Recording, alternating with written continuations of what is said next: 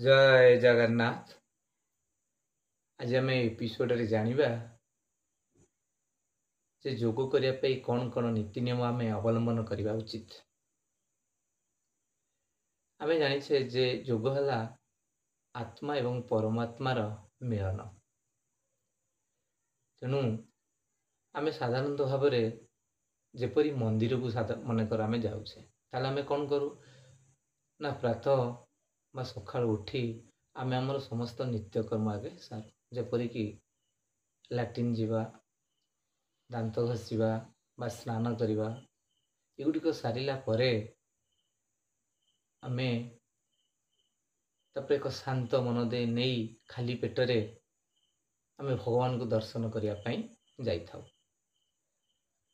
एवं आम जमी भगवान को दर्शन कला बेले आम प्रथमतः कंसंट्रेशन आने दरकार स्थिर मन भाव आम मन को स्थिर करी आम भगवान को प्रार्थना करिथाउ।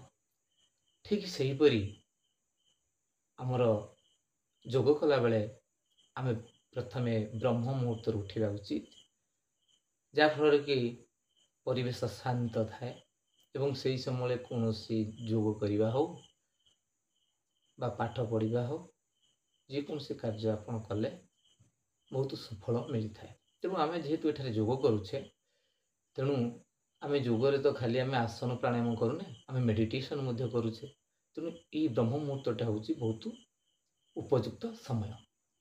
तेणु आम ब्रह्म मुहूर्त आम समस्त नित्यकर्म सारी खाली पेटरे योगाभ्यास करवा उचित एवं जो आम योगाभ्यास करवा से जगार मुक्त पवन बा वायु चलाचल करुवा उचित एवं यह एक खोला स्थान एवं सेठारे कौन कोलाहल जमती नथिबो परिवेश शांत थिबो एवं गोटे मैट उपर आम सब बेले बा जेकोसी मैट हो बा बेडसीट हो ता उपर आम योग करवा उचित एवं योग कला बेले कौन स्ट्रेस बा स्ट्रेन नहीं योग करेंगे ना। मन को शांत रखिए एवं जहाँ जहाँ नीति नियम अच्छी से गुड़िक पालन कर ठीक भाव में योग करेंगे। जमी योग करने आमर केते गुड़े सिक्वेन्स अच्छी क्या कौन करवा उचित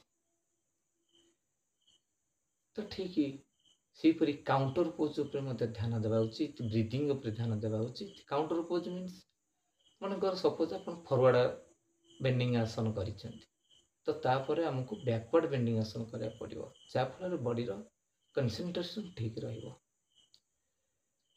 एवं ब्रीदिंग क्यों समय आमको एक्सेल करा पड़ो केतले इनहेल करा पड़ो से उपर आमर धारणा रहा उचित। तेणु केते गुड़े नीति नियम या ही आम पालन कले आम सहजरे योग करिपरिबा एवं तार सुफल आमको मिल पार।